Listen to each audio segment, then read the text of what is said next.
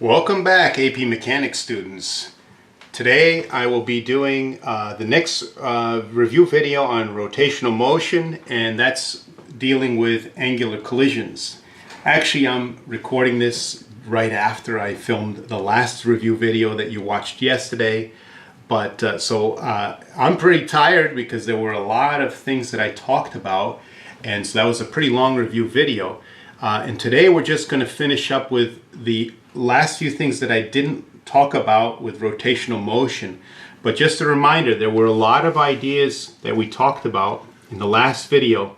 We had kinematics, okay, we had forces or torques, inertia, and then we had Newton's second law, then we had kinetic energy, and then we had angular momentum, which I didn't talk about in the last video. But before you watch this video, you should flip your notebook back and look at these notes, familiarize yourself with them, and so that you know today's review information will hopefully be a little bit more rich if you have that knowledge readily available, fresh in your mind. We're going to be focusing right here on kinetic energy and angular momentum, how they change during a collision. Okay, so this video will actually be split into two parts, because there are two kinds of collision. So I'm going to jump ahead a little bit here. Don't jot this down because I'm skipping ahead to show you what's coming ahead. But we have one type of collision that has an axle and another type that has no axle. And the key difference is that when you have an axle, linear momentum, the MV, is not conserved because the axle causes the system to receive an impulse, a change in momentum. So when this gets hit, it wants to move, but the axle keeps it rooted to the in the horizontal direction. So linear momentum, the MV, does not get conserved. When you have no axle and you're on a frictionless surface, PI does equal, the linear momentum is conserved. Again, don't write this down. We'll have time for writing it down later. But angular momentum, the rotational momentum, is going to be conserved in both kinds of collisions. So the difference is right here with the PI equaling or not equaling PF. All right, so again, we'll get to this later, okay?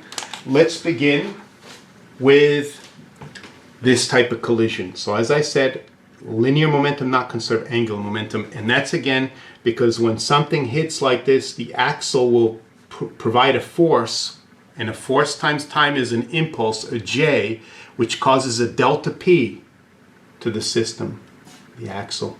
Okay. All right, so let's take a look at an example.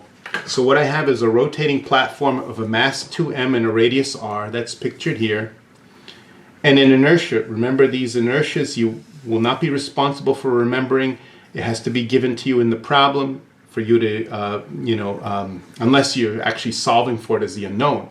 And then you've got a person running along like this, mass m, v0, runs and jumps onto the rim of this platform, tangent to it. The problem's going to ask for the final rotational speed of the platform. Obviously, the person jumps on, it's going to make this turn. And then the percent change in kinetic energy. So this is not true, but this is true. That's where we begin. Li equals Lf. Let's fill that in now. So, yes, the person is not spinning, but as I mentioned, if I were standing on this platform, a pitcher threw a fastball and I reached my hand out and grabbed it to the side, the impact would cause me to rotate. Same thing here, this person's impact is going to cause this to rotate, so they have angular momentum. And I'm going to flash this in front of you here.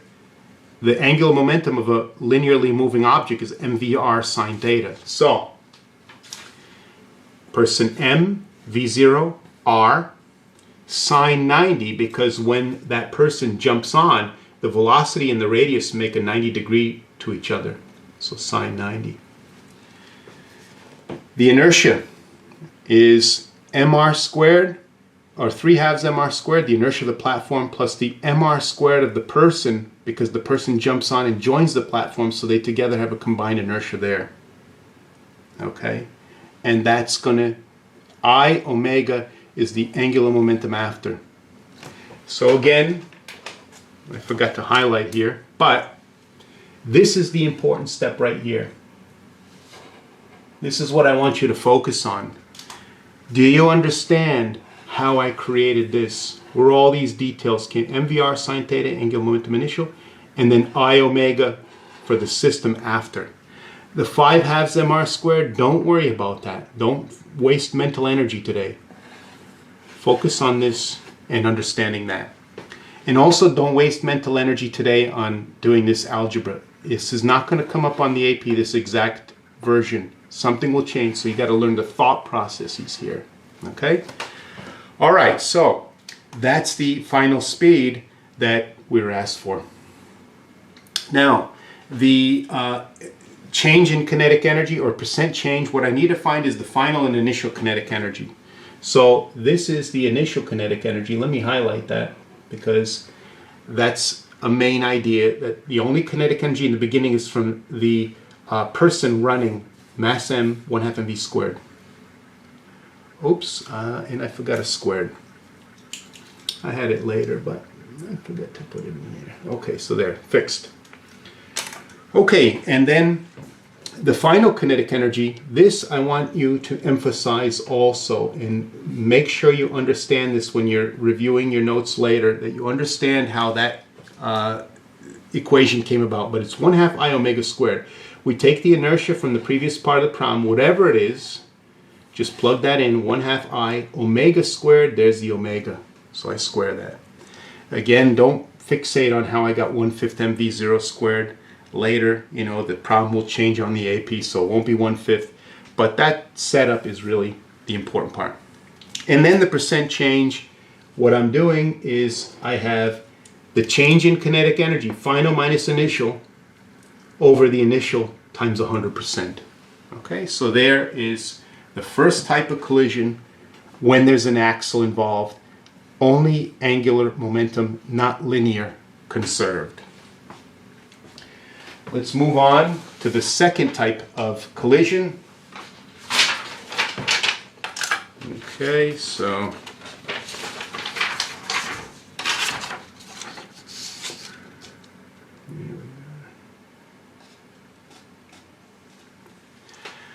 okay, this time, now we could jot this down, that when there's no axle and we're on a frictionless surface, like maybe a nice ice skating rink, well, there's even friction on ice, but you know, in a physics problem, when there's ice, it's frictionless usually. Okay, so PI equals PF, both the linear and angular conserved, as I said earlier. So here's the situation. This one's going to be a little bit different. I'm going to use numbers instead. I've been using a lot of symbols in my calculations, but this time a numerical problem. We've got a bar that's 5 meters long, resting on ice. Okay, 15 kilogram mass. The inertia through the center of mass, when I spin it around its center, is 1/12 ml squared. Again, as I've said, you don't have to remember that, although you may have to derive that, okay, because it is a bar. So you might have to integrate to prove that it's 1/12 ml squared, but you don't have to remember that. It's hit by a 5 kilogram ball moving at 8 meters per second, 2 meters from the bar's end. So here's the end of the bar, 2 meters from that, it's hit with the ball like that, okay? And then the ball bounces back at 2 meters per second. Came in at 8, bounced back at 2. Determine the final speed of the bar, the final angular speed of the bar, the omega, and the change in kinetic energy of the system. So I have a simple diagram to show you the main essential points in terms of linear momentum, because that's what we're going to use to solve VF. MV equals MV for the system. So we've got the ball coming in at 8 and the bar at rest. I'm not drawing it as a bar because all that matters is the mass, and we treat it as a point mass in this problem. The 5 kilogram ball coming in at 8 bounces back at 2, so momentum, velocity, all vectors, I need to make that a -2 if it bounces back. If this is +8, that's got to be -2. And then the bar goes forward at some final speed. So the main idea, PI equals PF. I use that. MV of the ball equals MV of the ball after, MV of the ball after, plus MV of the bar after. I didn't highlight that. I should have. So again, focus in on this step, the logic behind that, not the details, okay? Don't even get your calculator out, okay? Just write that down.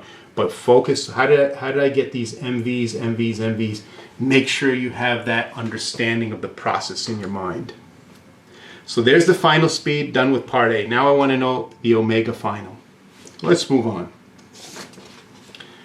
In order to figure that out, I use angular momentum being conserved. Both these are true for no axle, right? So what I have to do is figure out the MVR of the ball coming in, sine theta, and then the ball will have MVR after. And then the bar will have kinetic energy in the forward, angular momentum in the forward direction. So this I should have highlighted. This is the important step here.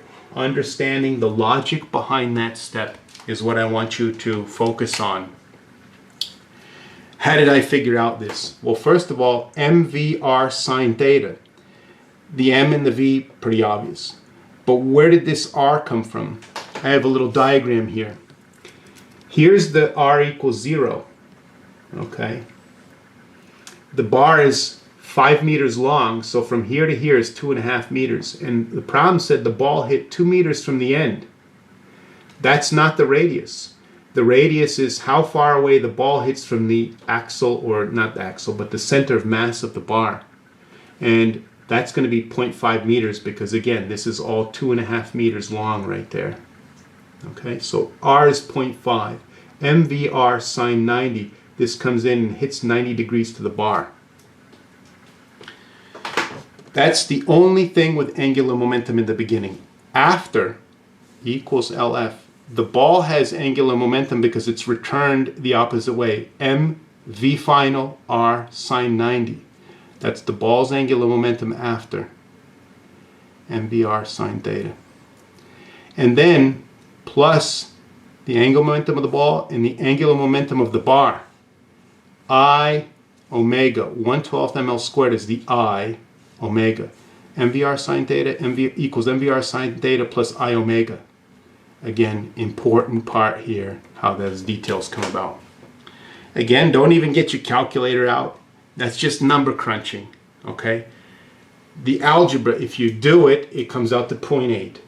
Focus in on the thoughts of the setup, okay? Not the number crunching of the calculator today. All right, so that's the final omega. What the problem also asks is for the changing kinetic energy of the system. So the first thing is you got to find the kinetic energy before impact. The only thing moving before impact is the ball, okay? 1/2 mv squared. So this is, again, a highlighted step. Understand that that's the only thing with kinetic energy in the beginning.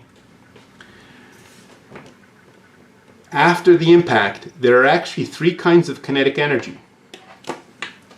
There's the ball's 1/2 mv squared when it's bouncing back. There's the bar's 1/2 mv squared because it's sliding across the ice now. And then there's the bar's rotation, right? That's 1/2 I omega squared. That's kinetic energy also. So that's the bar. Now, I don't know, should I highlight this step or that step? Maybe this one. Okay, so this is another important step right here. Okay. 1/2 mv squared final, that's the kinetic energy of the ball bouncing back. 1/2 mv squared, that's the bar sliding across the ice now, 1/2 mv squared. And 1/2 I omega squared is the bar's energy of it rotating like this. So 3 energies, the ball, the bar, and the bar. Okay. Okay, so that's the important, the thought processes behind this setup. Again, don't worry about the 103. Write it down, you know, but that's not the important thing. And then the change in kinetic energy is always the final minus initial. So just maybe we'll highlight that. And then again, the details don't matter. All right, so that's it. 2 kinds of collisions today to round out the rotational topic. Okay, so we had, let's see. I see, oh yeah, it's underneath. Okay, so we had collision 1, where there's an axle and we don't have MV equaling MV, PI does not equal P, but angular momentum is conserved. And we looked at all the details, make sure to understand how those formulas were formed.